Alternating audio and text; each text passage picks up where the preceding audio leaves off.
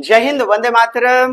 सभी को नमस्कार। कैसे हैं? उम्मीद करता हूं सभी कुशल मंगल होंगे और सफलतम मंजिल की ओर अग्रसर होने के लिए तत्पर होंगे। और मैं आपका डॉक्टर देवराज हर्ष पेपर 1 एवं पेपर 2 में पूछे जाने वाले बेहतरीन प्रश्नों की श्रृंखला सीडीपी के अंतर्गत लाया हूं। और जो मित्र बंधु सब्सक्राइब नहीं किए हैं, कृपया हमारे चैनल को सब्सक्राइब कर लें, ज्यादा से ज्यादा शेयर करें। DTA Bhagalpur Divyansh teachers academy with toppers note, class notes. जी चलिए साहब, बढ़ते हैं। आज का पहला प्रश्न, प्रश्नों का चलेगा बेहतरीन भंडारा, करेंगे जबरदस्त एनालिसिस। ये थोड़ी दिक्कत। चलिए, अर्थपूर्ण अधिगम को प्रोत्साहित करने के लिए अध्यापिका को कहा जा रहा है to promote meaningful learning. Meaningful learning अर्थात जो सार्थक हो, अर्थपूर्ण हो, अर्थ यानी जो पॉजिटिव, मीनिंगफुल। तो क्या होना चाहिए साहब? कक्षा में एक अध्यापक अध्यापिका किस प्रकार से बच्चों को सहायता करनी चाहिए? पहला विकल्प है विद्यार्थियों की सहायता करनी चाहिए। वे अपने मनोभावों, मनोभावना मतलब इमोशंस एवं मोटिवेशन, अभिप्रेरणा को सुव्यवस्थित कर पाए। ठीक, कहता है विद्यार्थियों को उनके प्रदर्शन, क्या कह रहा है? प्रदर्शन के आधार पर। हो गया गलत। आपने कितना नंबर प्राप्त किया है, कितना मार्क्स लाया, क्या इसका प्रदर्शन करना, परफॉर्मेंस, उपलब्धि का प्रदर्शन करना। देख बहिन कितना नंबर आया हमारा, तनी देख, नहीं चलेगा साहब। और बच्चों को गोबर गणेश या क्रीम बच्चा लेबलिंग करना, नामांकित करना, नामीकरण करना, क्या लेबल, ये भी कभी उत्तर नहीं पाया जाएगा।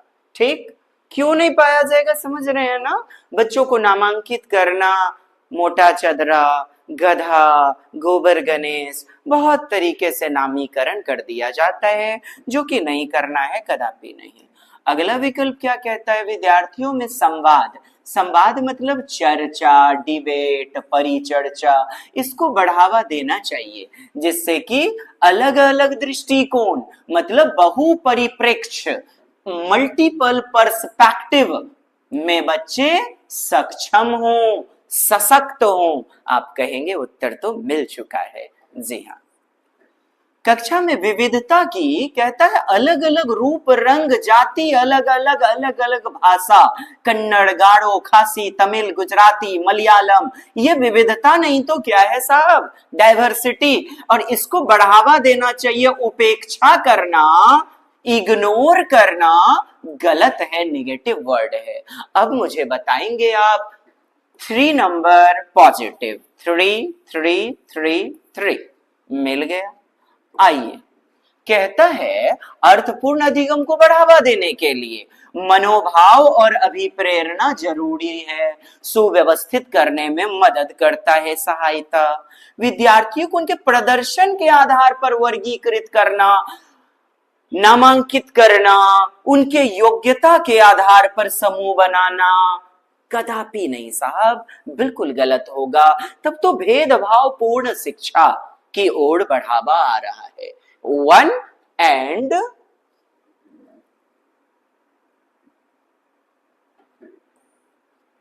3 और यहां पर क्या दिया है? उपेक्षा, इग्नोर। ये निगेटिव वर्ड है, नोट कर लीजिएगा डियर। एक होता है अपेक्षा करना, प्रोत्साहित करना, मोटिवेट करना, सम्मान देना। ये निगेटिव नहीं, ये पॉजिटिव है। ठीक, पॉजिटिव टैग वर्ड। लेकिन उपेक्षा मिल जाए, इग्नोर मिल जाए तो गलत कह देना। अब बताइएगा उत्तर क्या हो जाएगा? 1 एंड 3। किधर है 1 एंड 3? डी नंबर हो जाएगा उत्तर। प्रतिकूल परिस्थिति, अच्छा प्रतिकूल, एडवर्स, समझ रहे हैं ना आप? एडवर्स मतलब होता है बच्चे के अनुकूल नहीं है सिचुएशन, प्रतिकूल परिस्थिति और उनके साथ हो रहा है भेदभाव, वंचित पृष्ठभूमि, कैसी बैकग्राउंड, वंचित, उनके साथ भेदभाव हो रहा है, हो सकता है वो निम्न जाति तबके के होंगे। इन बालकों को क्या कहते हैं, बोलिएगा, डिसएडवांटेज चाइल्ड।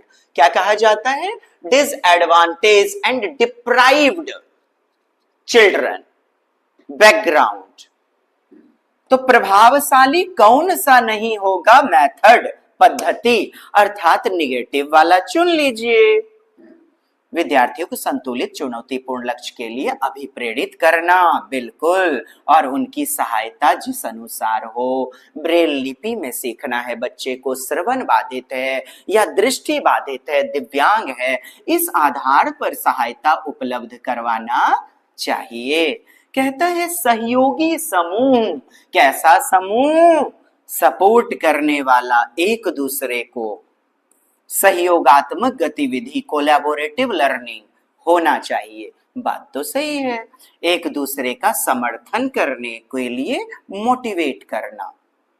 कहा जा रहा है आगे, अधिगमकर्ता मतलब विद्यार्थी, शिक्षार्थी से बातचीत करके उनकी आवश्यकता और उनके सम्मुख आई चैलेंज को समझना, अर्थात चर्चा करना। चूंकि बच्चे समूह में सीखते हैं, विद्यालय के बाहर ट्यूशन, ये तो गलत है, यही उत्तर हो जाएगा कि ये प्रभावशाली नहीं है। नेक्स्ट, शारीरिक स्वास्थ्य और सांवेगिक अवस्था, समझिएगा, शरीर अर्थात ये फिजिकल जो है और संवेग अर्थात जो भावनाएं हैं, फीलिंग्स, इमोशंस, क्रोध, प्रेम, घृणा, नफरत, क्या है, इमोशंस। तो शारीरिक स्वास्थ्य और संवेग अवस्था का आपस में संबंध होता है ना, कहता है नगण्य भूमिका होती है, कोई प्रभाव नहीं, यह एक महत्वपूर्ण भूमिका निभाता है। बिल्कुल सही, आप सभी के कमेंट्स प्राप्त हो रहे हैं, बहुत बहुत धन्यवाद। किरण कुमारी, रोशन, हाँ जी, हाय, चंदा, राजीव, किरण, रोशन, सुप्रिया कुमारी, धन्यवाद आप सभी के कमेंट्स के लिए, बहुत अच्छा उत्तर दे रहे हैं आप लोग। आइए देखते हैं, डैश कक्षा में प्रभावशाली अधिगम के लिए डैश वातावरण की रचना करनी चाहिए, बजाय डैश के। कहा जा रहा है, समझिए, it is important to create dash learning. तो इंपॉर्टेंट क्या है, कौन सा लर्निंग पैदा करना, कैसा एनवायरनमेंट, तो पॉजिटिव उत्तर लेना पड़ेगा, फियरफुल नहीं चलेगा। प्रतिस्पर्धा, कॉम्पिटिटिव, बिल्कुल नहीं। कहता है कोलैबोरेटिव, और ये क्या है, कॉम्पिटिटिव। कभी भी बच्चे में प्रतियोगिता का भाव, हार जीत की भावना के लिए पठन पाठन नहीं होना चाहिए। कोलैबोरेटिव बोले तो सहयोगात्मक, एक दूसरे के सहयोग से बच्चे सीखते हैं, समकक्ष के सहयोग से सीखते हैं, एक दूसरे के साथ चर्चा में भाग लेकर के सीखते हैं। तो important to create dash learning, तो आपका उत्तर मिला कोलैबोरेटिव। अगला, learning environment in classroom rather than one, rather than की अपेक्षा नहीं, किसकी अपेक्षा नहीं, बताइएगा क्या हो जाएगा यहां पर, रादर देन निगेटिव टर्म लेता है, क्या, निगेटिव, अर्थात यहां पर आपको निगेटिव में लेना है, जैसे प्रतिस्पर्धात्मक, बजाय डैश वातावरण के। उत्तर क्या प्राप्त हो गया साहब, नेगेटिव वाला, रादर देन प्रतिस्पर्धात्मक, प्रतियोगिता, कभी उत्तर ना ले, स्वस्थ प्रतिस्पर्धा उत्तर लेना है।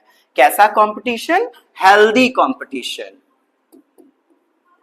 हेल्दी कॉम्पिटिटिव, हेल्दी, ऐसा नहीं एक दूसरे का पैर खींच करके, नुक्ताचीनी करके अव्वल आना, टॉपर आना। निम्नलिखित में कौन सा उदाहरण विद्यार्थियों को अधिगम के लिए मोटिवेट, अभिप्रेरित, प्रोत्साहित करने के लिए प्रभावशाली पद्धति है, इफेक्टिव। तो कौन सा हो जाएगा, कार्य देना जो बहुत आसान हो, मध्यस्थ होता है, मॉडरेट, ना ज्यादा सरल ना ज्यादा कम। लेकिन सरल प्रश्न भी आएंगे पुस्तकों में, जटिल भी आएंगे, मध्यस्थ भी आएंगे, बहुत ज्यादा सरल, ये बात तो गलत हो गई ना डियर। प्रतियोगिता के लिए बहुत से अवसर उत्पन्न करना, किसके लिए? कंपटीशन के लिए। यह भी गलत है। पाढ़ उपलब्ध, पाढ़ मतलब समझ रहे हैं, आलंबन, लिख लीजिएगा आलंबन। आधारभूत सहायता अर्थात स्कैफोल्डिंग, ढांचा निर्माण। तो कोई नया सीखने में कौशल मदद करते हैं शिक्षक शिक्षिका अभिभावक, इसी को कहते हैं पाढ़ निर्माण। संकेत एवं इशारे, 3 will be the best answer. सीखने से ज्यादा कार्य पूरा करने पर बल देना, क्या? कंप्लीशन करो, कंप्लीट करो, पूरा करो कार्य। गलत। तो उत्तर क्या प्राप्त हो गया डियर?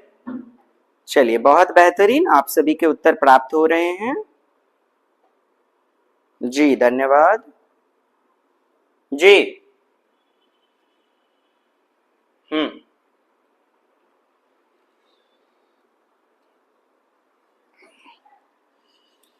रोशन, वाह जी वाह, बहुत बेहतरीन। आयत रहमान, राजीव जी, धन्यवाद। नेक्स्ट क्वेश्चन बनिएगा। चिंतन, कैसे चिंतन? बच्चों के सोचने विचारने अर्थात विचार, विचार के विषय में निम्नलिखित में कौन सा कथन सही नहीं है? कौन सा सही नहीं है? बच्चे अपने आसपास की विविध घटनाओं के बारे में सक्रियतापूर्ण, कैसे एक्टिव रूप में सोचते हैं और उनमें अन्वेषण, खोजबीन की लालसा, जिज्ञासा होती है। किसकी? कहता है कि बच्चों में एक्टिविटी के प्रति, बच्चों में डिस्कवरी के प्रति खोजबीन। आपने भी देखा होगा, मम्मा ये क्या है, मम्मा वो क्या है, मम्मा डॉगी क्या खाता है, मम्मा मम्मा ये कैसे होता है मम्मा।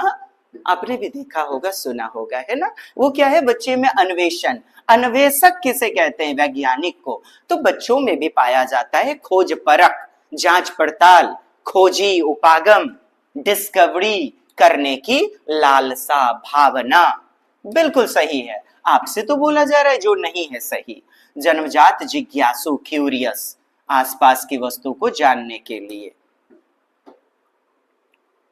बच्चे अपने आसपास की विविध घटनाओं के बारे में स्वयं अपने सिद्धांत की रचना करते हैं। पियाजे ने कहा है ना, बिल्कुल, बच्चा एक नन्हा अन्वेषक होता है, ज्ञान की रचना स्वयं करता है। बच्चे कॉन्सेप्ट, प्रत्यय मतलब क्या होता है? अवधारणा, अवधारणा याद रखें। इसी प्रत्यय को संप्रत्यय कहते हैं, संप्रत्यय। अंग्रेजी देखोगे ना आप, आपको कॉन्सेप्ट मिलेगा डियर। कहते हैं स्वयं नहीं सोच सकते बच्चे। लीजिए, अध्यापक की मूल भूमिका होती है, यही तो गलत है। बालक में ज्ञान की रचना कैसे आएगी? बच्चा ज्ञान का स्वक्रियाशील रचना, रचनात्मक ज्ञान का रचना करता होता है।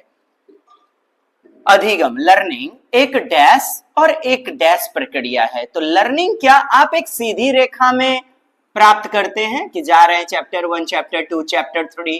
क्या लर्निंग दादी के घर से, नानी के घर से, क्या वो मेले के दुकान में जाना, वो मेले में घूमना, रेलवे स्टेशन जाना, कहीं से नहीं हो सकता? आप कहेंगे जी हाँ, कहीं से भी हो सकता है। तो आपसे जब पूछ दे अधिगम क्या होता है, अधिगम एक रैखिक प्रक्रिया है। याद कर लीजिए, लिखिए तो। अधिगम क्या है? एक कॉम्प्लेक्स, जटिल प्रोसेस है। कैसा प्रोसेस है? अधिगम क्या होता है? चेतन प्रक्रिया। कैसी प्रक्रिया? चेतन या सचेतन। इसी को क्या बोलते हैं डियर? कॉन्शियस, सचेतन प्रक्रिया। अधिगम क्या है? एक प्रयासपूर्ण प्रक्रिया, प्रयासपूर्ण प्रक्रिया। ठीक, आइए तो यहां पर उत्तर देखिए, यहां सरल दिया जा रहा है, व्यक्तिगत दिया जा रहा है।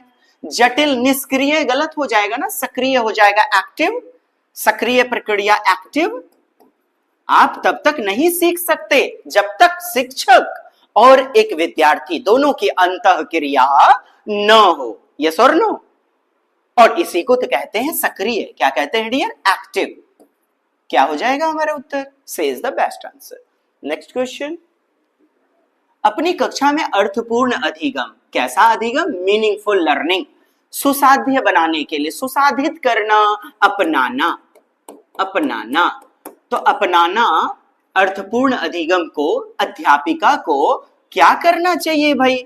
सांस्कृतिक, धार्मिक, भाषाई विविधता को चाहिए अपनी कक्षा में लागू करना, समझना। कभी भी अलग अलग जाति, धर्म, रीति रिवाज, संस्कृति अलग अलग, इनको अनदेखा करना नहीं चाहिए, टाल देना नहीं, उपेक्षा करना, इग्नोर नहीं, समझना चाहिए कि कोई बात नहीं, ऐसा होता है। और इसी को तो व्यक्तिक विभिन्नता कहते हैं। क्या कहते हैं?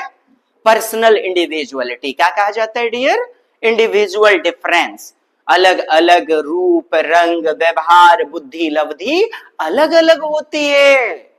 एक जैसी समान बुद्धि सबकी नहीं होगी। अलग अलग जाति धर्म होते हैं, अलग अलग समाज संस्कृति। तो इसको लागू करना चाहिए शिक्षिका को, अध्यापिका को।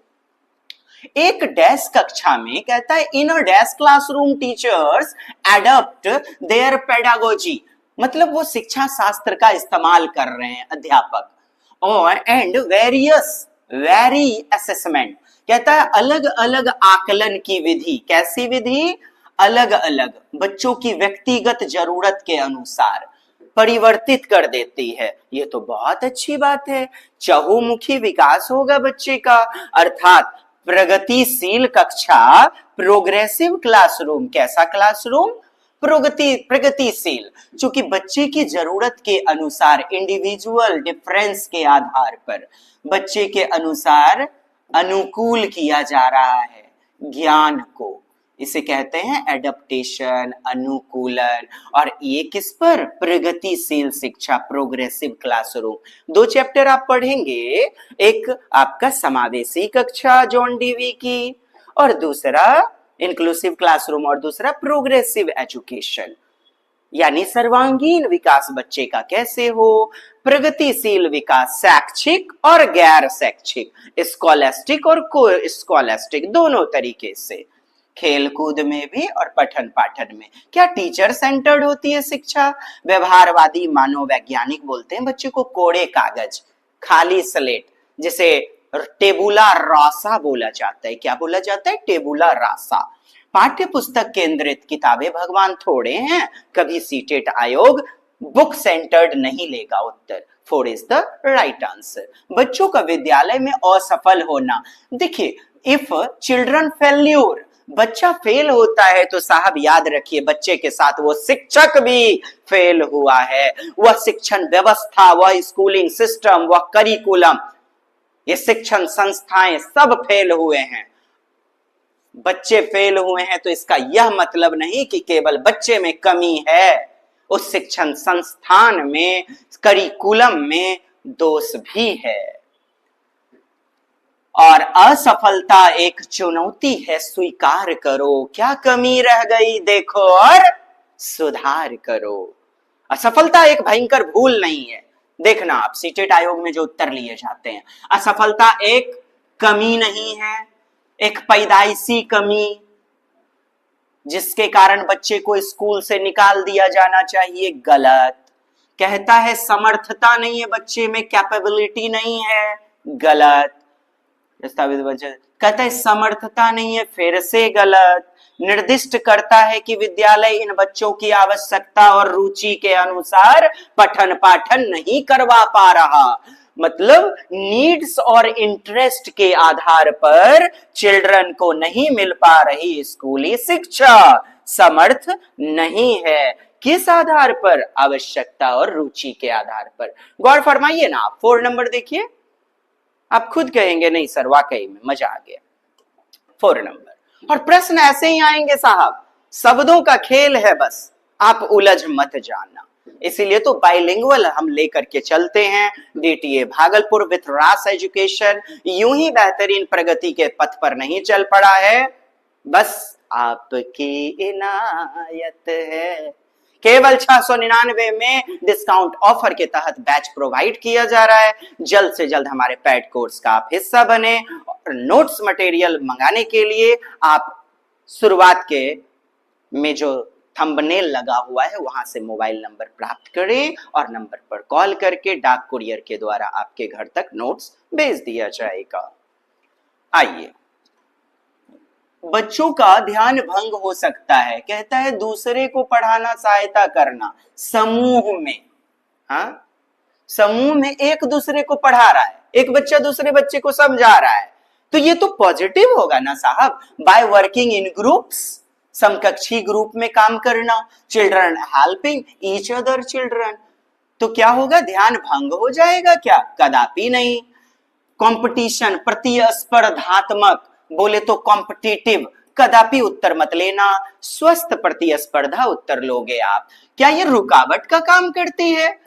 सर याद मानिए, बच्चे ग्रुप में बेहतर सीखते हैं, यही तो वाइगोत्स्की कहते हैं सामाजिक सांस्कृतिक अंतःक्रिया, पीयर्स लर्निंग, समकक्ष वातावरण, समूह से सीखते हैं बच्चे। विघ्न, रुकावट, स्वयं की चिंतन प्रक्रिया पर आक्षेप, आक्षेप मतलब प्रतिबिंबन होता है। क्या होता है? रिफ्लेक्शन, अर्थात हम जो भी चिंतन कर रहे हैं उसका पुनर्विचार कर रहे हैं, तो ये बहुत पॉजिटिव है। प्रतिबिंबित करना अपने विचार का, प्रतिबिंबन, प्रतिबिंबीकरण, और कई बार प्रश्न में पूछे गए हैं। और संज्ञानात्मक एक्टिविटी, क्रियाकलाप के उच्च स्तर पर पहुंच सकता है। Of course, why not. अंग्रेजी देख लें जहां फर्स्ट जाएंगे तो are able to reflect on their own thought, कितना पॉजिटिव टैग वर्ड है, सेल्फ, ऑन, स्वक्रियाशीलता, स्वमननशीलता, आत्मचिंतन, आत्म प्रतिबिंबन। और वाइगोत्स्की इसी को कहते हैं निजी वार्ता, और पियाजे कहते हैं इसे अहम केंद्रित वार्ता, ईगोसेंट्रिक स्पीच, और उधर प्राइवेट स्पीच। दोनों ही स्थिति में बच्चे क्यों करते हैं? सेल्फ मॉनिटरिंग के लिए। किसके लिए साहब? सेल्फ मॉनिटरिंग, आत्म क्रिया निर्देश, अपने कार्य को दिशा प्रदान करने के लिए।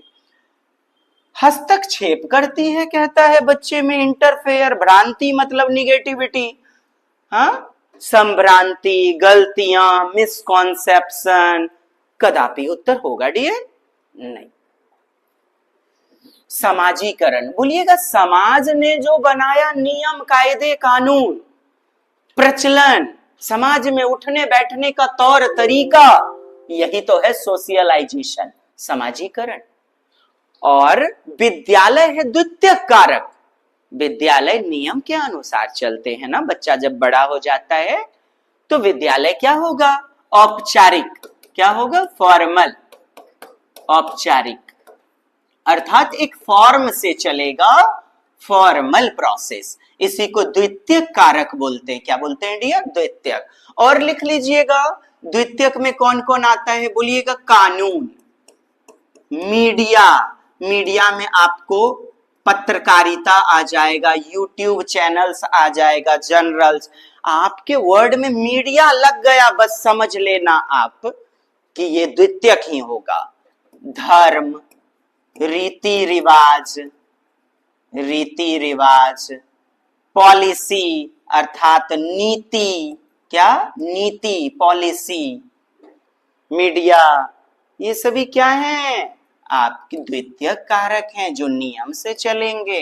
लेकिन प्राथमिक में नोट कीजिए, निकटस्थ परिवार के सदस्य, सबसे पहले तो परिवार, माता पिता, समकक्षी, दोस्त मुहिम, निकटस्थ रिश्तेदार, इंटरमीडिएट रिलेशनशिप, साथी समूह, ये सभी क्या? प्राथमिक निकाय हैं। बहुत कम भूमिका, कहता है कोई भूमिका नहीं, ये दोनों तो उत्तर कदापि नहीं होंगे। प्राइमरी एजेंसी हमारा ये परिवार वगैरह, और स्कूलिंग क्या है? Secondary agency, secondary agent.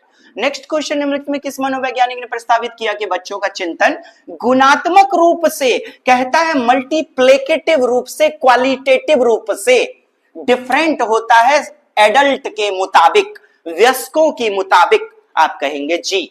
पियाजे ने क्या कहा था?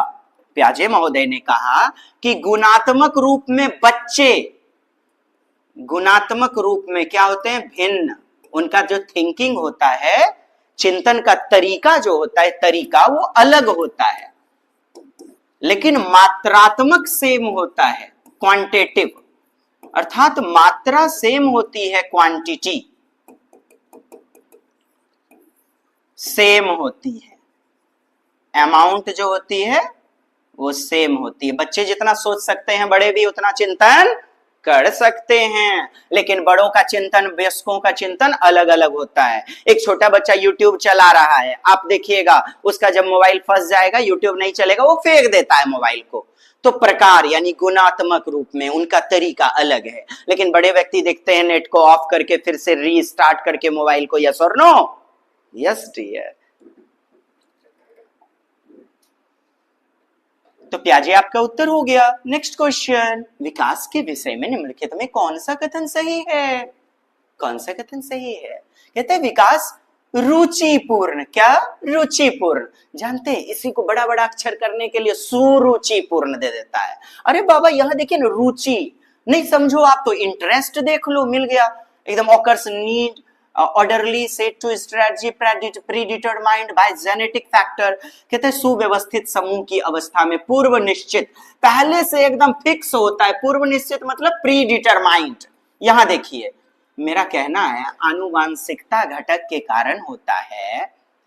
कौन सा कथन सही है? विकास एक सरल प्रक्रिया है, एक दिशीय प्रक्रिया। एक बात बताइएगा, क्या भोजन एक ही जगह से प्राप्त होगा? विकास में क्या क्या बोलिएगा? फिजिकल डेवलपमेंट, कॉग्निटिव संज्ञानात्मक विकास, सोशल विकास, सोशल डेवलपमेंट सामाजिक विकास, इमोशनल डेवलपमेंट संवेगिक विकास। क्या ये एक ही जगह से प्राप्त होगा जो आप कह रहे हो कि सरल होता है? हाँ, एक दिशीय, एक दिशा में होता है, चक्राकार होता है। चैप्टर पढ़ेंगे आप डियर कि चक्राकार होता है डेवलपमेंट, जिसे वर्तुलाकार, वृत्ताकार कहते हैं। लेकिन जो ग्रोथ होती है, वृद्धि, वृद्धि होती है क्या? एक दिशीय वृद्धि। ये जो विकास है ना साहब, ये सरल नहीं, ये विकास एक, बोलिएगा, चक्राकार, एक दिशीय प्रक्रिया नहीं होगी, चूंकि इसके साथ साथ फिजिकल, कॉग्निटिव, सोशल, इमोशनल सभी आपस में जुड़े हुए हैं। सी नंबर, बच्चों के विकास में बहुत सी संस्कृति, यानी कि अलग अलग समाज, अलग अलग संस्कृति। सर अलग अलग कहां लिखा है? यहां देखिए ना, विविधताएं। पढ़िए इसे, पढ़िए तो। At first you have to read it carefully. There is a lot of cultural diversity, नहीं दिया है। बच्चों के विकास में बहुत सी सांस्कृतिक विविधताएं होती है, बात तो सही है। अलग अलग संस्कृति, अलग अलग रीति रिवाज, कोई हिंदू, मुस्लिम, सिख, ईसाई, भाषा अलग, गारो, खासी, तमिल, गुजराती, मलयालम, तमिल, कन्नड़, बोंगला एटसेट्रा। तो विविधताएं पाई गई ना साहब, यही तो सही है हमारा उत्तर, और आपसे सही पूछ रहा था। संसार में सभी बच्चे का विकास एक ही क्रम में और सुनिश्चित समय से होता है। अब देखिए क्या मारा पापड़ वाले को और फंसाया। कितना प्यारा प्रश्न है साहब। क्या कहता है प्रश्न?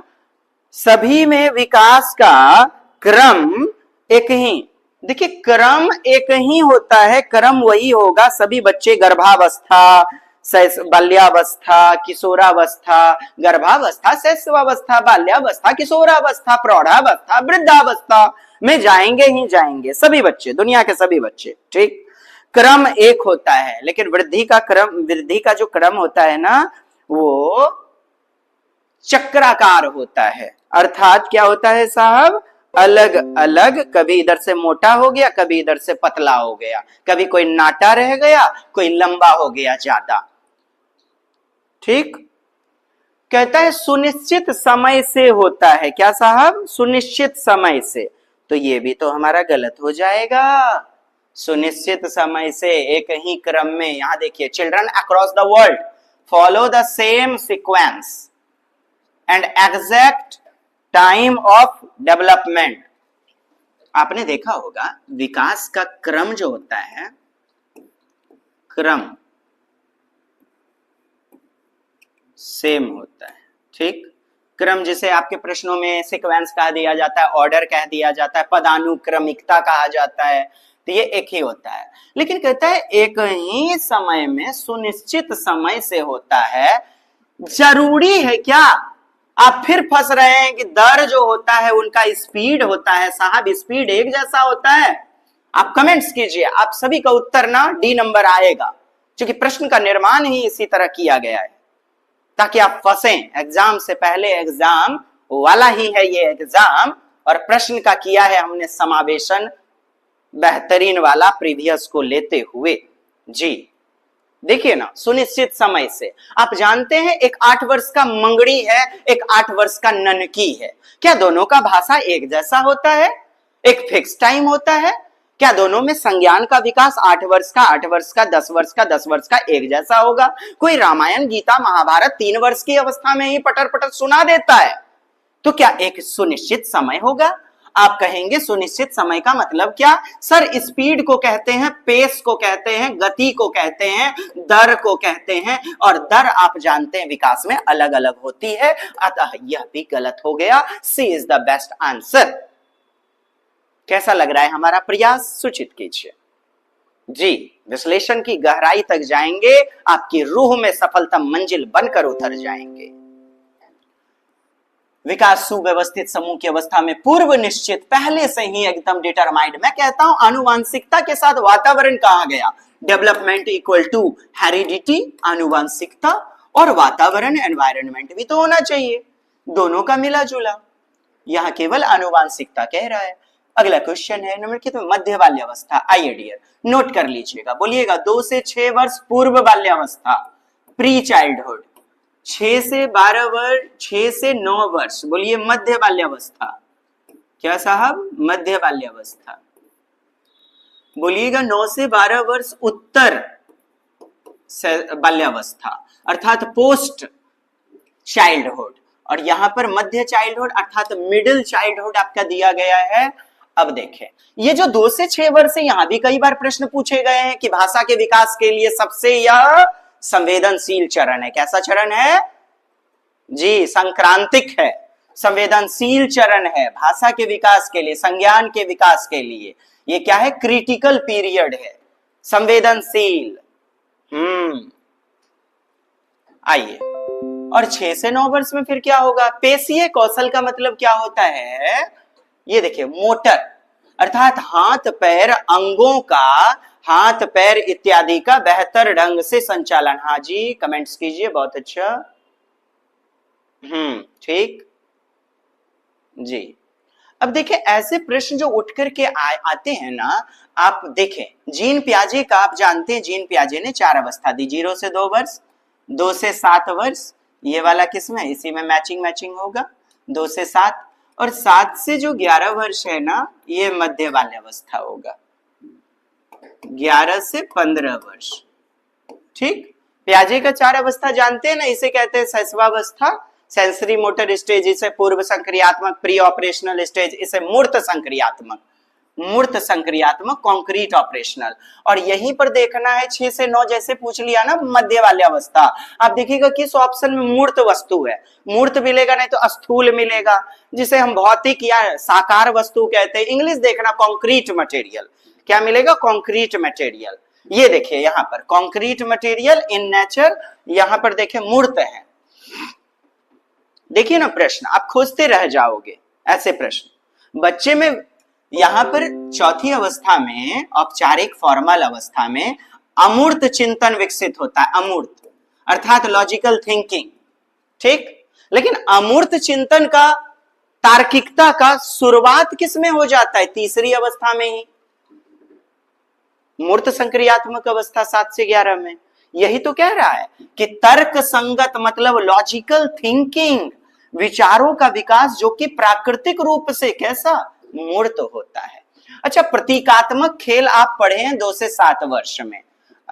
अच्छा आप लोग नहीं पढ़े हुए हैं प्रतीकात्मक खेल। ठीक, प्रतीक, इसी को चिन्हात्मक खेल। एक बच्चा लकड़ी की लाठी को ले लेता है, जंघाओं के बीच में बुम बुम बुम बुम, चल मेरे घोड़े टिक टिक टिक। ये क्या है? प्रतीक ही तो है। वो लाठी है लेकिन फिर भी घोड़े जैसा प्रतीक।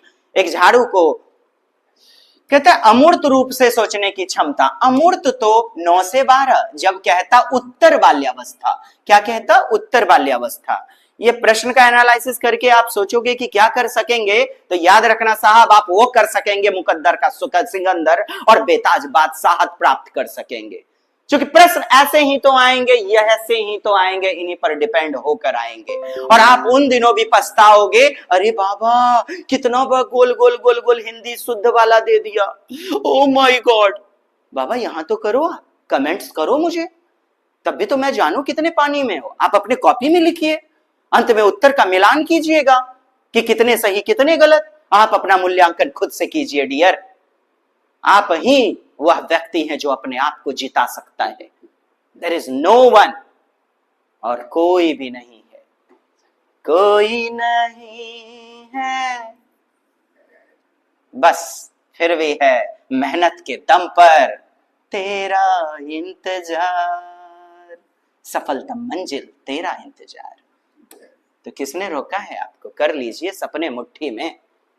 समग्र शारीरिक वृद्धि का तेजी से विकास, सर ये तो बोल दिया किशोरावस्था की बातें कि पेशीय कौशल और समग्र शारीरिक वृद्धि, यहां देखिए ये तो किशोरावस्था की बात होगी। 4 इज द बेस्ट आंसर।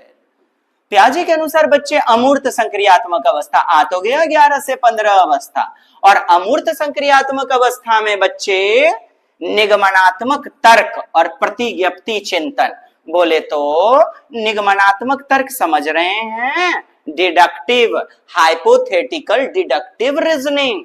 कैसा? हाइपोथेटिकल डिडक्टिव रीजनिंग, निगमनात्मक तरीका, निगमन विधि जान रहे हैं ना, नियम से उदाहरण की ओर। बच्चा जो है इस 11 से 15 वर्ष में ही मैट्रिक में इंटर में रहता है। थेल्स प्रमेय, ज्यामिति, त्रिकोणमिति इसी उम्र में तो मिलती है। Sine theta by cos theta याद कर लेते हैं, कितने लोग सिद्ध किए हैं बताइए। तो उदाहरण से नियम की ओर आगमन विधि इंडक्टिव में जाते हैं, और डिडक्टिव मेथड में कैसे साहब? हाँ बहुत अच्छा जी, आपके उत्तर बेहतरीन, बिल्कुल सी इज द बेस्ट आंसर। सी आपका उत्तर हो जाएगा। बहुत अच्छा उत्तर दे रहे हैं। चलिए अब यहां पे देखिए क्यों गलत हो रहा है। संरक्षण वर्गीकरण ये तीसरी अवस्था में आता है, मूर्त में, 7 से 11 वर्ष में। किसमें? संरक्षण, उत्क्रमणशीलता, सांकेतिक खेल या प्रतीकात्मक खेल, ये भी 7 से 11 में। केंद्रीकरण जिसे सेंट्रेशन कहते हैं, उत्क्रमणशील सोच, ये भी किस अवस्था में? आप कहेंगे केंद्रीकरण वगैरह, संकेंद्रीकरण, सेंट्रेशन, इरेवर्सिबिलिटी ऑफ थॉट, ये किसमें? 2 से 7 वर्ष पूर्व संक्रियात्मक में पाया जाता है। उत्तर क्या प्राप्त हो गया? Next, Lawrence Kohlberg. अब देखिए कोहलबर्ग ने 3 सिद्धांत दिए हैं, 3 चरण दिए हैं और 6 उपचरण। 3 कौन कौन है बोलिएगा? पूर्व प्री कन्वेंशनल स्टेज अर्थात पूर्व परंपरागत, परंपरागत, फिर उत्तर परंपरागत, और तीनों को 2-2 उप अवस्था में बांटा गया है। सुन लीजिएगा, वीडियो को रोककर लिख लीजिए, बोलिएगा। दंड एवं अनुशासन, फिर दूसरा है सापेक्षतावादी उन्मुखता, क्या? सापेक्षतावादी, इंस्ट्रूमेंटल पर्पस ओरिएंटेशन, और तीसरा है हमारा अच्छा लड़का अच्छी लड़की, और चौथा दंड एवं कानून एवं क्रम अभिविन्यास, law and order, law and order, और पांचवा क्या हो जाता है?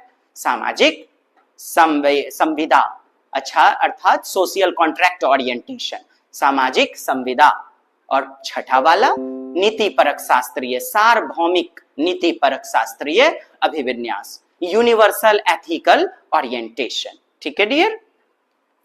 सामाजिक क्रम व्यवस्था, पहले क्वेश्चन तो अब पढ़ लो आप। ये तो हो गए जो हिंज थे, हाइनस, यूनानी कथा से लिया गया, इनका नैतिक विकास के ऊपर इनका जो सिद्धांत है कोहलबर्ग का, और इनकी शिष्या थी कैरोल गिलिगन। उन्होंने किया आलोचना कि क्या स्त्रियों में नहीं होती नैतिकता, क्योंकि हाइनस तो केवल पुरुष थे और इनका सिद्धांत पुरुषों पर ही था ना। तो इन्होंने भेदभाव किया, रूढ़िबद्धता, स्टीरियोटाइप को लाया। यही गिलिगन आलोचना भी करती हैं। ठीक साहब? चलिए अब प्रश्न पूरा करते हैं। सिद्धांत मैंने आपको मोटे तौर पर बता दिया। लॉरेंस कोहलबर्ग के नैतिक विकास के सिद्धांत के अनुसार व्यक्ति किस अवस्था में है? जब वह विश्वास करता है कि वर्तमान सामाजिक प्रणाली को सक्रिय पूर्वक बनाए रखने से, कहता है वर्तमान में जो भी समाज की प्रणाली है, जो भी सिस्टम है, उसे आप बदल नहीं सकते। कहता है दृढ़ता पूर्वक, सक्रियता पूर्वक बनाए रखने से। बस हमारा उत्तर मिल गया। इसी को कहते हैं कानून एवं क्रम। मतलब नियम नहीं बदलेगा तो इसे हम कहेंगे social order maintaining, social order maintaining orientation, सामाजिक क्रम व्यवस्था सक्रियता पूर्वक निभाना। वही चौथा वाला जो बताए, समझिए चौथा वाला जो है ना, उसमें नियम नहीं बदलेंगे, नियम अटल हैं, इसे बदला नहीं जाएगा। और पांचवा जो बताया मैंने सामाजिक संविदा, इसमें क्या होता है, 4-5 गो आदमी बैठ गए, का मुखिया जी तब क्या कल जाए, दोनों को बिहा का दल जाए, हाँ सरपंच साहब जी जी जी का दल जाए। नियम में लचीलापन लाना, समझौता के आधार पर। किसके आधार पर? सामाजिक समझौता। तो पांचवा वाला उत्तर हो जाता है सोशल कॉन्ट्रैक्ट। और छठा वाला सार्वभौमिक नीति परक शास्त्रीय। यहां भी नियम बदलेगा स्व विवेक के आधार पर, अर्थात स्व चुने हुए निर्णय के आधार पर लचीलापन नियम में। Self chosen conscience, self conscience, स्व विवेक के आधार पर, तब आप सार्वभौमिक नीति परक शास्त्रीय लेना। लेकिन कहेगा नियम नहीं बदलेगा, सक्रियता पूर्वक निभाना है, धनात्मक मानवीय संबंध और सामाजिक वर्ग जिससे सुरक्षित रहता है नियम निभाने से। तो यही तो है, दंड एवं आज्ञा पालन नहीं चलेगा। इसमें बच्चे को या तो चॉकलेट पुरस्कार देंगे या फिर जो है दंड देंगे। सार्वभौमिक नैतिक शास्त्र यंत्रीय प्रयोजन समझ रहे हैं? तुमने मुझे पीटा, मैं भी तुम्हें पीटूंगा, जैसा बोर्ड पर लिखा है वैसा ही लिखो। इसी को तो कहते हैं इंस्ट्रूमेंटल पर्पस ओरिएंटेशन। अर्थात पूजा ने देखा बबीता ने सुनीता को पीटा, सुनीता ने भी बबीता को पीट दिया। ये क्या हो गया? टिट फॉर टैट, जैसे को तैसा। तो उत्तर लेना सापेक्षतावादी यंत्रीय प्रयोजन, इंग्लिश में इंस्ट्रूमेंटल पर्पस ओरिएंटेशन, अंग्रेजी में सिद्धांत। जरूर याद करना। आज इतना याद रख लो। छबो चरण आप मुझे कमेंट्स में लिख कर भेज देना। मैंने इतने छोटे से वीडियो में लगभग 2.5 मिनट में इस टोटल सिद्धांत को समझाया आपको। आप बस वीडियो रोक करके ना इन सिद्धांत को, जो भी मैंने बोला, फिर से सुनिएगा उसे और लिख लीजिएगा। चरण यदि याद ही नहीं रहेंगे डियर, तो उसके अंदर विशेषताएं क्या होती हैं, पाई जाती हैं, आप कैसे बताओगे? How can it possible to tell its characterization. बाल्यावस्था में अवधि में विकास, कहता है अवधि, पीरियड। कौन सा पीरियड? चाइल्डहुड। और आपको हमने बताया 2 से 12 वर्ष बाल्यावस्था की उम्र, 2 से 6 वर्ष पूर्व बाल्यावस्था, 6 से 9 मध्य बाल्यावस्था, 9 से 12 वर्ष उत्तर बाल्यावस्था। जी वो रॉस के अनुसार रहने दीजिए ना, 6 से 12 वर्ष नहीं पढ़ना है अभी। आपके सीटेट आयोग में इसको शुद्ध आधार पर माना जा रहा है, आप इसी के आधार पर रहिए। हरलॉक महोदय, रॉस, नाइट एंड ब्रूस, मन, सिगमंड फ्रायड, आपके एरिक एरिक्सन, हाँ बहुत सारे मनोवैज्ञानिक है साहब, सब में मतभेद है, अलग अलग विचारधाराएं। तो आपका सीटेट जिस आधार पर बनेगा, आप उस टाइम पीरियड को लेकर के चलिए ना। 2 से 12, 2 से 6 वर्ष, 6 से 9 और 9 से 12। प्री चाइल्डहुड, मिड चाइल्डहुड और फिर पोस्ट चाइल्डहुड, लेटर चाइल्डहुड वाला। आइए, कहता है बाल्यावस्था की अवधि में विकास केवल परिमाण समझ रहे हैं, मात्रा, क्वांटिटी, मात्रा, क्या गुण नहीं पाया जाता, इसीलिए गलत। अनियमित और असंबंधित, कहता है जुड़ा नहीं होता है, डिसजॉइनिंग होता है। सर बस पे बैठे, क्या ज्ञान का निर्माण सहसंबंधता नहीं हुआ कि परिवहन किसे कहते हैं, प्रदूषण किसे कहते हैं? अर्थात ये वातावरण से संबंधित होकर ही ज्ञान देना चाहिए, असंबंधित ज्ञान नो चोलबे।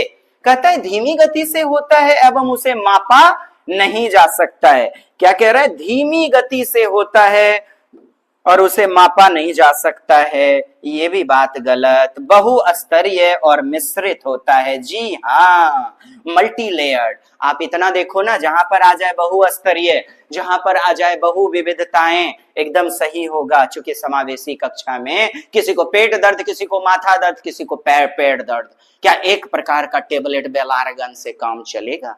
पैरासीटामोल एक प्रकार का टेबलेट सब बच्चे में काम करेगा? नहीं ना। इसीलिए तो मैंने बोला अलग अलग, कभी बच्चा टेप रिकॉर्डर से, रेडियो से, कभी प्रोजेक्टर से, कभी आपका जो है जियो बोर्ड के माध्यम से, 10 ग्राम के माध्यम से, पुस्तकों के माध्यम से सीखेगा, कभी अपनी दादी से, नानी से, अभिभावक से सीखेगा, कभी ट्रेन के सफर में बच्चा सीखेगा।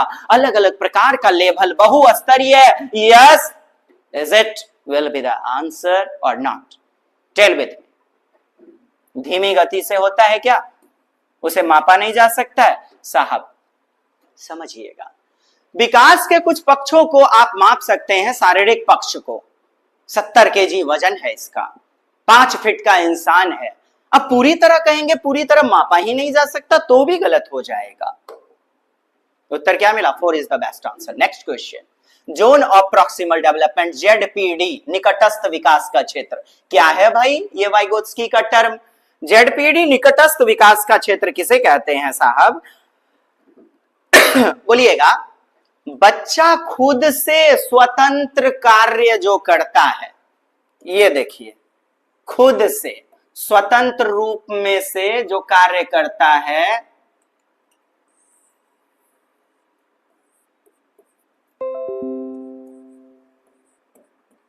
जैसे एक कलम को पकड़ लिया बच्चे ने खुद से, यानी कि बच्चे का, हाँ ये ठीक है, बच्चों के वर्तमान स्तर पर स्वतंत्र प्रदर्शन, अर्थात बच्चा खुद से जो कार्य कर रहा है स्वतंत्र रूप में प्रदर्शन, और दूसरों के मदद से यानी वयस्क के मदद से या समकक्षी दोस्त की मदद से सहायता जो मिला, अर्थात ये जो देख रहे हो आप समकक्षी मदद, समझना, आज एकदम समझा के दम लूंगा ZPD को, क्योंकि ऐसा ही होता है आपका स्कैफोल्डिंग, पार निर्माण, ढांचा निर्माण। अंतर इतना है, पार या ढांचा अस्थाई टेम्पररी, लेकिन ZPD होता है परमानेंट। कैसा होता है? अस्थाई, परमानेंट, अस्थाई। होता क्या है साहब? देखिए, साइकिल जब चलाने सीखते थे, याद कीजिए, पत्थर पे टेबल पे पैर रख करके खुद से चलाते थे, या तरलकी साइकिल चलाते थे, निचल की। ये क्या हो गया? स्वतंत्र प्रदर्शन खुद का। क्या हो गया डियर? स्वतंत्र। अब समवयस्क या समकक्षी दोस्त मुहिम सहायता दे करके पीछे कड़ियर पकड़ते थे कि चलो चलो चलो हम पीछे से पकड़े हुए हैं, तो ये बच्चे का दूसरों का मदद हो गया, समकक्षी मदद। अब दोनों के सहायता से आपने बेहतरीन सीख लिया साइकिल चलाना। यही बीच का खाली क्षेत्र ZPD कहलाता है। मतलब वर्तमान में बच्चा जो कर सकता है और समकक्षों के सहायता से जो बच्चे ने उपार्जित कर लिया प्रदर्शन, उस दोनों के मध्य का क्षेत्र, उस दोनों के मध्य का क्षेत्र, ये मध्य का क्षेत्र ही ZPD, zone of proximal development कहलाता है। याद कीजिए, 2 साल का बच्चा छंगूड़ी कलम खुद से पकड़ लिया था, वो क्या था? स्वतंत्र प्रदर्शन। और मम्मी पापा ने यानी समकक्ष ने सहायता प्रदान किया, और तब उनके मध्य एक कौशल उपार्जित हुआ। यही क्या है? ZPD। Okay dear, 3 is the best answer. विभिन्न प्रकार के कार्य, विभिन्न प्रकार के कार्य क्या बकवास है? वह प्रक्रिया जिसमें बच्चे समाज के व्यस्क सदस्य नहीं, शुरू के विभिन्न समझ वाले व्यक्ति के समान समझता है, कदापि नहीं। एकदम इसको नोट कर लेना आप। प्रगतिशील कक्षा, सब पढ़े सब बढ़े, ठीक? तो प्रगतिशील कक्षा अर्थात चहुमुखी विकास, सर्वांगीण विकास बच्चे का हो। क्या हो?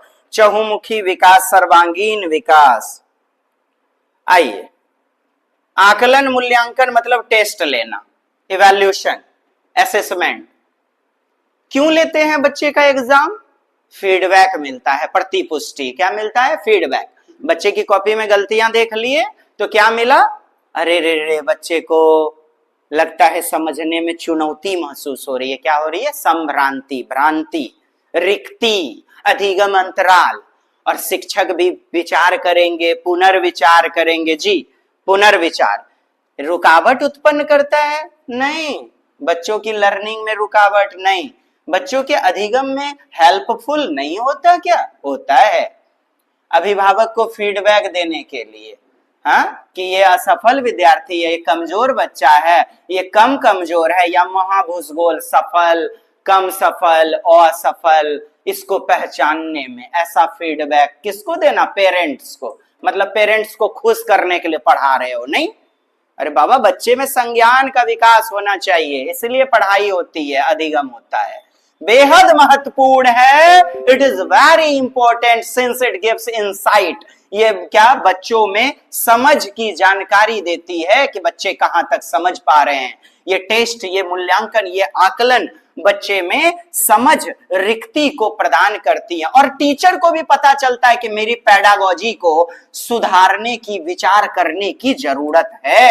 अध्यापिका को अपने शिक्षा शास्त्र पर विचारने में सहायक होता है। हार्वर्ड गार्डनर, लीजिए बहुबुद्धि का सिद्धांत कहता है कौन सा अनुपालन सही है। एक बात बताइए, भाषिक बुद्धि 8 प्रकार की बुद्धि है ना। भाषिक बुद्धि तो लेखक होगा, लॉयर, वकील हो सकता है, हाँ, एक नेता हो सकता है जो भाषा का कमाई खाता है, भाषा में लचक नहीं, भाषा को लच्छेदार ढंग से बोलने वाला एक नेता भी।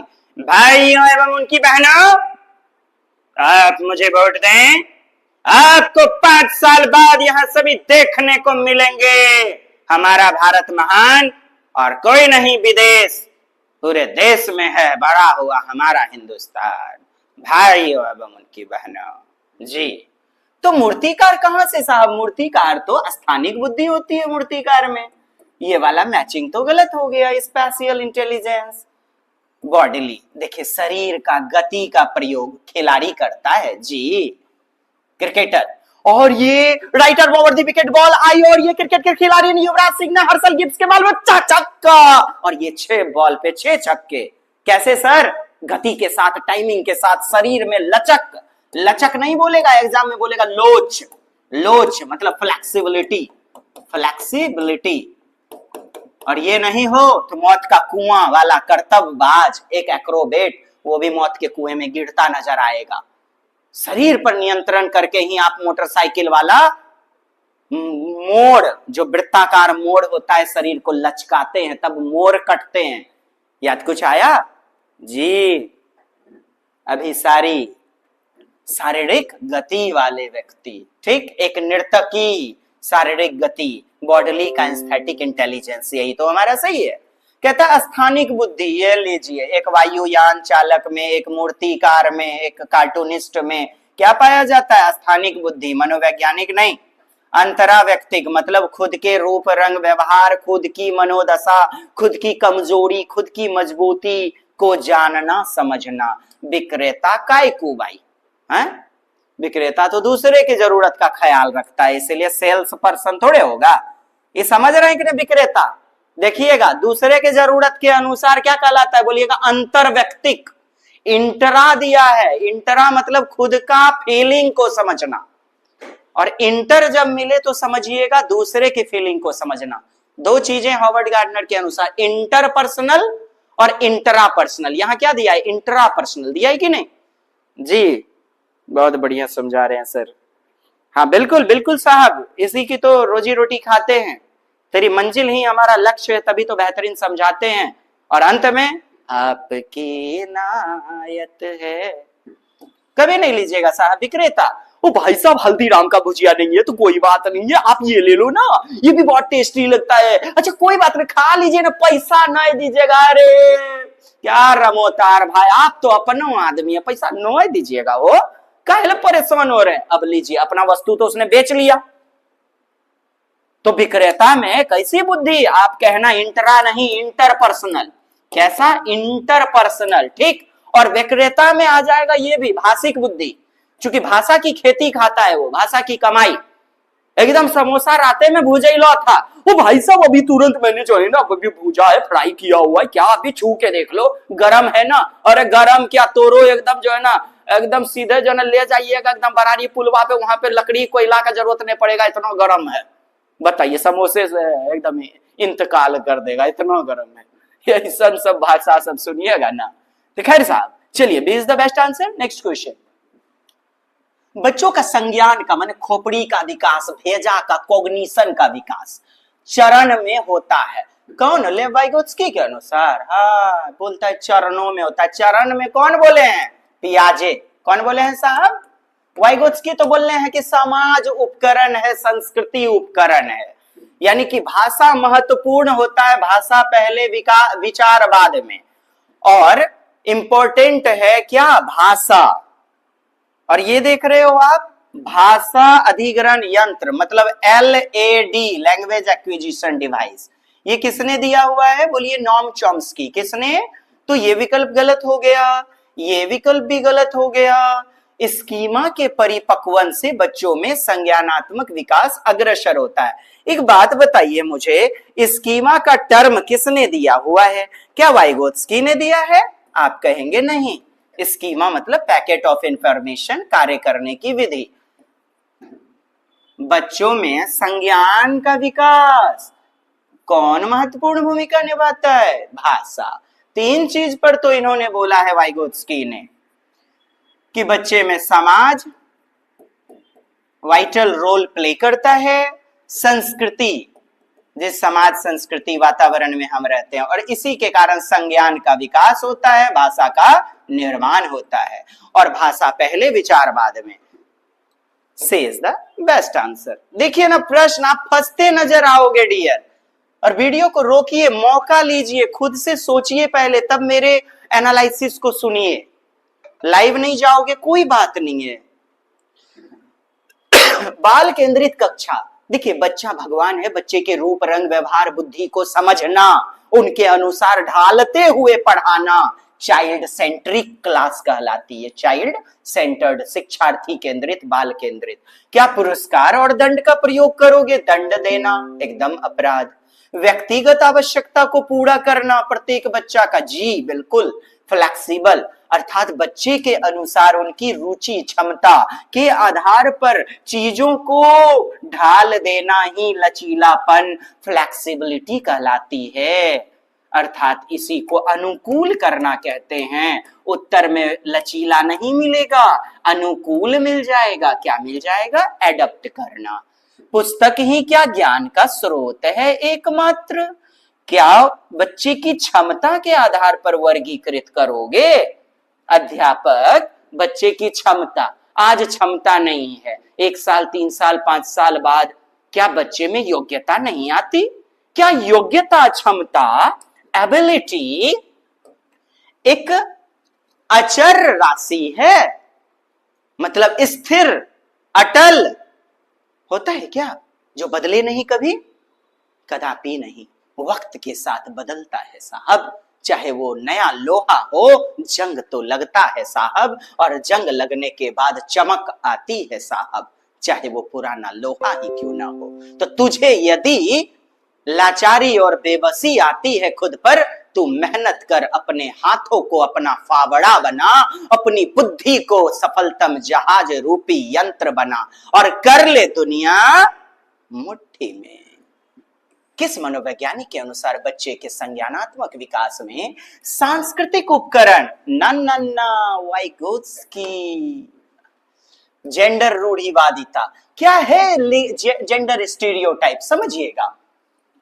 लड़की होकर, लड़का होकर रोते हो, छी, क्यों? लड़का रो नहीं सकता।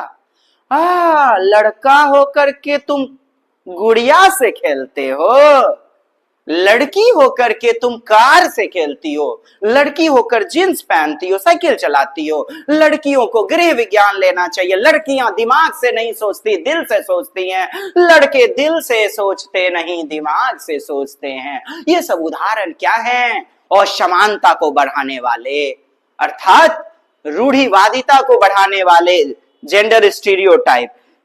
आप पढ़ेंगे लिंग रूढ़िवादिता, चाहे वो मेल हो कि फीमेल हो, पुरुष और स्त्री, किसी के साथ यदि भेदभाव हो गया तो वही हो गया क्या? रूढ़िवादिता। मतलब ढर्रे से चला आ रहा, शुरू से चला आ रहा एक वाद, वाद मतलब प्रचलन, एक प्रथा, इसी को कहते हैं रूढ़ी से चला आ रहा वाद। तो निगेटिव जो लगे उत्तर ले लेना। आपसे पूछेगा कैसे दूर करोगे, कैसे खत्म करोगे, तो चुनौती देंगे, उदाहरण लेंगे दोनों के प्रति वाला, अर्थात पुल्लिंग स्त्रीलिंग दोनों वाला, न्यूटर वाला, मध्यस्थ वाला।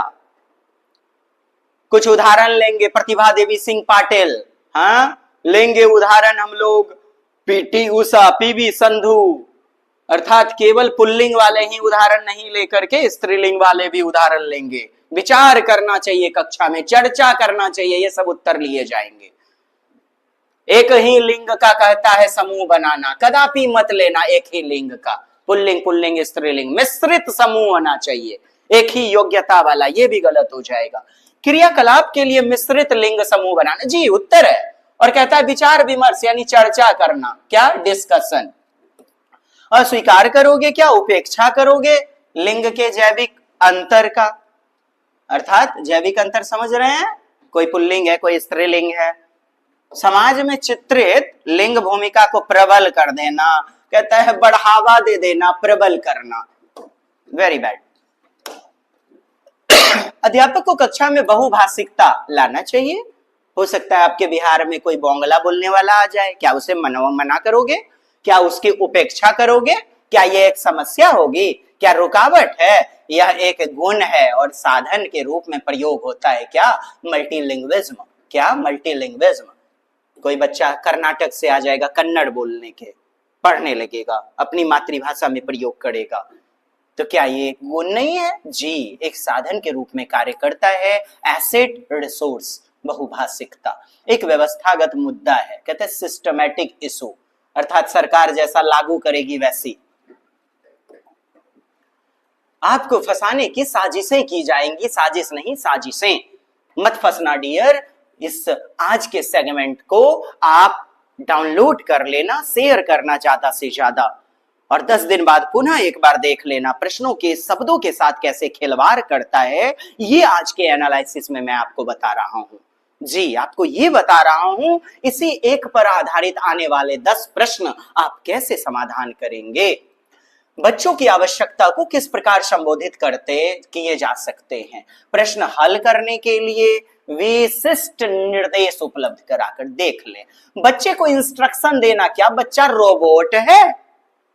रटने पर आधारित मेमोराइजेशन, चुनौतीपूर्ण और नीरसता दूर करने के लिए क्रियाकलाप देकर, ठीक वे प्रश्न देकर के जिनमें अभिमुखी चिंतन यानी कि अभिसारी चिंतन है, अर्थात ये भी गलत। अभिमुखी का मतलब कन्वर्जेंट थिंकिंग, एक रूपी बंद अंत, जिसी को कहते हैं इन द बॉक्स थिंकिंग। उत्तर क्या मिला, बी नंबर, रटने पर आधारित परीक्षा देकर, जी नहीं।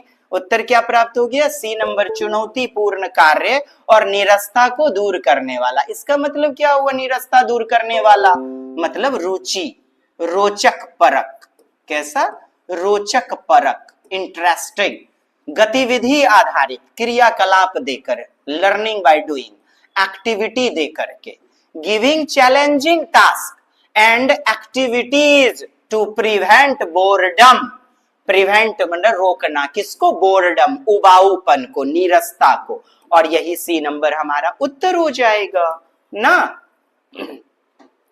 उम्मीद करता हूं समझ पा रहे हैं जी। कमेंट्स करें, कमेंट्स करें। If you are not understanding then comment me, okay dear, very good, excellent. झुकेगा नहीं साला, हाँ बहुत अच्छे बहुत अच्छे, एकदम झुकेगा नहीं, जब तक तोड़ेंगे नहीं तब तक, बिल्कुल नहीं छोड़ेंगे साथ, साथी तेरा साथ न छोड़ेंगे, कब तक, सफलतम मंजिल तक। अब मंजिल पे ले जाके ठेल देंगे एकदम, चल जाइएगा, नौकरी करेला। पठन वैफल्य मतलब डिसलेक्सिया, तो मुद्रित प्रिंटेड चीजों को पढ़ने में असफलता, कठिनाई, उनके पढ़ने और लिखने के कौशल में विकार। बताइए उत्तर, पढ़ने और लिखने। सर लिखना तो डिस्ग्राफिया होता है, मैं आपको फिर बताना चाहूं पढ़ने में गलत होगा ना, आप लिखने में भी गलती करोगे। जो भी प्रिंटेड है पुस्तकें या अखबार, आप उसे पढ़ते हैं तो लिखने की कौशलता भी जो है ना गड़बड़ होती है। और एक बात बताओ, ऐसा कौन सा विकल्प है, कहेगा पूर्ण शारीरिक स्वास्थ्य परीक्षण। अच्छा, शारीरिक विकृतियां, शारीरिक दक्षता नहीं आना, डिस्प्रैक्सिया लेना, सामाजिक सांस्कृतिक संदर्भ को जानकर, अरे ये क्या, उनकी जटिल व उच्च स्तरीय समस्याओं का हल करने की क्षमता का आकलन करके पठन वैफल्य बच्चों की पहचान किस प्रकार की जा सकती है। 1 नंबर, क्या, पढ़ने में विकृतियां, और पढ़ना ऑप्शन नहीं रहेगा तो लिखना ले लेना, क्योंकि पढ़ना और लिखना दोनों ही एक साथ साथ द्वितीयक रूप, भाषा के द्वितीयक रूप के अंतर्गत आते हैं। आंशिक दृष्टि वाले, अर्थात बच्चे को थोड़ा थोड़ा दिखाई दे रहा है, पार्शियली साइटेड, विद्यार्थी के लिए निम्न में कौन सा सामग्री उपयुक्त नहीं है? सामग्री TLM, टीचिंग लर्निंग मटेरियल। तो कैसा टीचिंग लर्निंग मटेरियल उपयुक्त नहीं है? आइए देखते हैं। बोलती पुस्तकें, बोलिएगा, ये बोलती पुस्तकें अर्थात टॉकिंग बुक्स। ऐसे किताब रहता है ना, उस पे कलम रखिएगा, वो किताब को पढ़ना शुरू कर देती है। इसी को कहते हैं टॉकिंग बुक्स, बोलती पुस्तकें। स्पर्शीय सूचना पट, अब देखें स्पर्शीय कैसे मिल जाएगा? त्रिविमीय। ये किसके लिए? दृष्टि बाधित बच्चे के लिए सही होता है। हाँ, जिनको दिव्यांगता कैसी है? आंखों से, विजुअली चैलेंज्ड। स्पर्शीय जिसे हम टैक्टाइल या फिर जिसे हम बुलेटिंग बोर्ड, कैसा? फेल्ट वाला, फील करने वाला, छू सकने वाला। स्पर्शनीय नहीं समझे? आइए, त्रिविमीय वस्तु, जैसे ये घन है तो उभड़ा हुआ है, उभार वाली वस्तु, इसे बच्चा छुएगा, छूकर तो समझ सकता है आंखों से ना, थोड़ा दिव्यांग है साहब। कौन सी उपयुक्त नहीं है? तो ये तो उपयुक्त है। छोटी मुद्रित वाली वर्कशीट, कहता है स्मॉल प्रिंट हुआ है तो उसे तो और दिक्कत होगी, क्योंकि बच्चा एक तो थोड़ा थोड़ा देख रहा है, आंशिक दृष्टि है, और छोटी मुद्रा वाली कहता है कार्य सीट, स्मॉल प्रिंटिंग वाला, ये तो गलत है। बड़ा प्रिंटिंग वाला किताब होना चाहिए। बड़े आकार में मुद्रित पुस्तकें, बिल्कुल सही है, लार्ज प्रिंटेड। त्रिविमीय नक्शे और चार्ट, जी बिल्कुल सही है। 3 डायमेंशन समझ रहे हैं ना, लंबाई, चौड़ाई, ऊंचाई सब रहता है। उभाड़ वाली वस्तुएं जिसे बच्चा छू सकता है, जैसे आपका घन, घनाभ इत्यादि रहता है ना, तो बी नंबर हो गया निगेटिव वाला। अंतर्निहित विचार, समावेशी शिक्षा के पीछे। देखें, एक छत के नीचे सब पढ़ेंगे मिलकर के, ना कोई अमीर ना कोई गरीब, ना कोई अपवंचित समूह का बालक, ना कोई दिव्यांग, सब सामान्य विशिष्ट बालक, सब बच्चे सीखने के लिए तत्पर। अलग अलग अक्षमता वाले बच्चों के लिए विशिष्ट शैक्षिक संस्थान का प्रावधान। कहता है अक्षमता है बच्चे में, डिसेबिलिटी है, कोई हैंडीकैप्ड है, तो उनके लिए विशिष्ट शिक्षा का इंस्टीट्यूशन का प्रावधान करोगे। गलत हो गया ना डियर? तब कैसे मना रहे हैं हैप्पी न्यू ईयर? कमेंट कीजिए इस वाले विकल्प पर, जल्दी से कीजिए, कमेंट्स कीजिए। दार्शनिकता की, कहता है फिलॉसफी कहती है कि सभी बच्चों में नियमित विद्यालय मतलब रेगुलर स्कूल, जो डेली बेसिस पर होता है, डिस्टेंस कोर्स नहीं, नियमित विद्यालय, रोजिना जाते हैं वो डेली, प्रतिदिन समान शिक्षा पाने का अधिकार। कैसा? समान शिक्षा पाने का अधिकार। और फिर कह रहा है सी नंबर, बच्चों को उनकी योग्यता के आधार पर अलग करना। पृथक करना मतलब क्या? सेपरेट करना, अलग करना। और व्यवसाय के लिए प्रशिक्षण देना। व्यवसाय की, ये भी गलत हो गया। बच्चों की अक्षमता के आधार पर उनकी सीमाओं की पहचान करने के लिए उन्हें नामांकित करना। क्या? क्वेश्चन देखें, the underlying belief behind inclusive education is, समावेशी कक्षा के अनुसार बच्चे में क्या हो जाएगा उत्तर? कमेंट्स करें। क्या डी नंबर उत्तर होगा? बी नंबर उत्तर होगा? क्या होगा? समावेशी शिक्षा के पीछे अंतर्निहित विचार, क्या विचार है? आखिर समावेशी कक्षा क्यों आया? कमेंट्स करिएगा जी। देखें इस क्वेश्चन में आप लोग कितना एकदम माहिर हैं।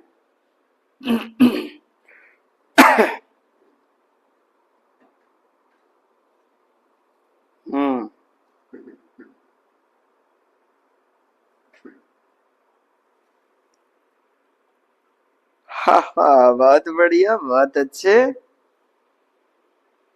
समावेशी शिक्षा के पीछे अंतर्निहित विचार है अलग अलग अक्षमताओं वाले बच्चों के लिए विशिष्ट शैक्षिक संस्थान का प्रावधान। क्या होगा ये उत्तर? कोई बच्चा आंख से दिव्यांग है, उसके लिए ब्लाइंड स्कूल भेजिएगा आप।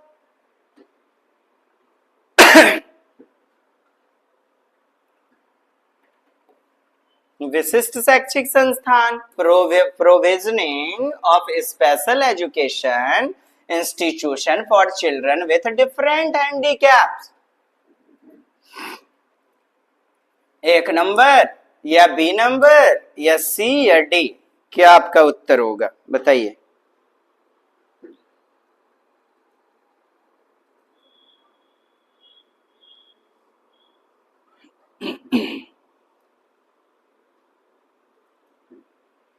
कोई दम ही नहीं है इस प्रश्न में, है कि नहीं है?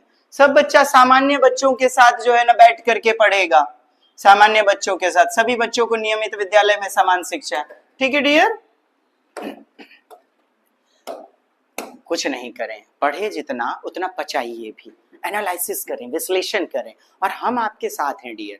आपको मॉक टेस्ट हर विषय का एकदम थ्योरी के साथ फुल कंटेंट मिलेगा। ठीक, टॉपर्स नोट वगैरह हमारे साथ चल पड़े हैं। ठीक, कक्षा 1 और 5 के लिए, और कोई भी दिक्कत हो ना इस कांटेक्ट नंबर पे आप कांटेक्ट कर लीजिएगा। ठीक है डियर, और ये हमारे रास भाई साहब का देख रहे हैं, ये फोन नंबर है। हाँ, किसी पे भी कांटेक्ट करेंगे आपको मिल जाएगा। ठीक है, आज दीजिए इस डीजे को इजाजत, बहुत बज लिया। ठीक है, जय Hind, Vande Mataram, love you all.